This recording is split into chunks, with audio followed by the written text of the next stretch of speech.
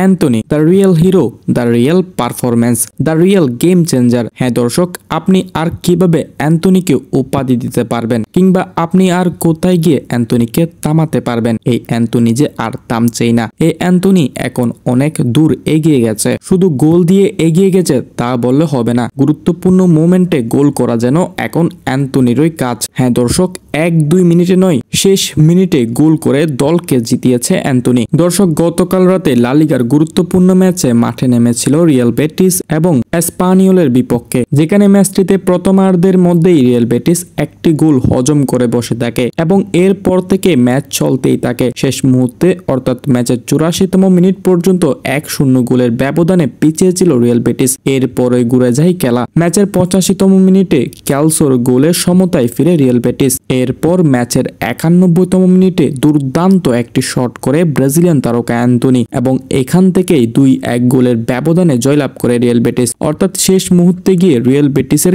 Game changer হয়ে দাঁড়ায় Brazilian এই তারকা। দর্শক, শুধু শেষ মুহূর্তের সেই শটটিতে গোল হয়েছে এমন কিন্তু নয়, ম্যাচের প্রথম থেকে যেন অ্যান্টনি অ্যাটাকিং মুড নিয়ে খেলেছিল। একের পর এক অ্যাটাক করে গিয়েছিল অ্যান্টনি, তবে গোলের দেখা পায়নি। কিন্তু কথায় আছে, পরিশ্রমীরা কখনো হারে না। তাই তো শেষ মুহূর্তে গিয়ে অ্যান্টনি তার পরিশ্রমের ফল পেয়েছে। টানা 4টি শটে গোল না হলেও শেষ মুহূর্তের সেই শটটিতে গোল পায়। তবে সেই গোলটি শুধু সাধারণ গোল নয়, সেই গোলটি হলো রিয়াল বেটিসের উইনিং গোল। তাই তো অ্যান্টনিকে আপনি আর কোনোভাবেই বাক্কা করতে পারবেন না। অ্যান্টনি জ্বলছে, তাকে আরো জ্বলতে দিন। এই ম্যাচগুলো দেখার পর হয়তো ম্যানচেস্টার ইউনাইটেড কিছুটা আফসোস বোধ করছে। যেই প্লেয়ারটি গোল না পাওয়াতে বিক্রি করে দিয়েছে, সেই প্লেয়ারটি আজ লা লিগায় এসে পুরো পরিবর্তন হয়ে গেছে। লা লিগার দল রিয়াল বেটিসে মাত্র 20টি ম্যাচ খেলেছে, যেখানে 20টি ম্যাচে 11টি গোলে অবদান রেখেছে অ্যান্টনি। শুধু তাই নয়, অ্যান্টনি আসার পর থেকে যেন রিয়াল বেটিস ঘুরে দাঁড়িয়েছে। একের পর এক শুধু জয়ই পাচ্ছে, হারের যেন কোনো দেখাই নেই।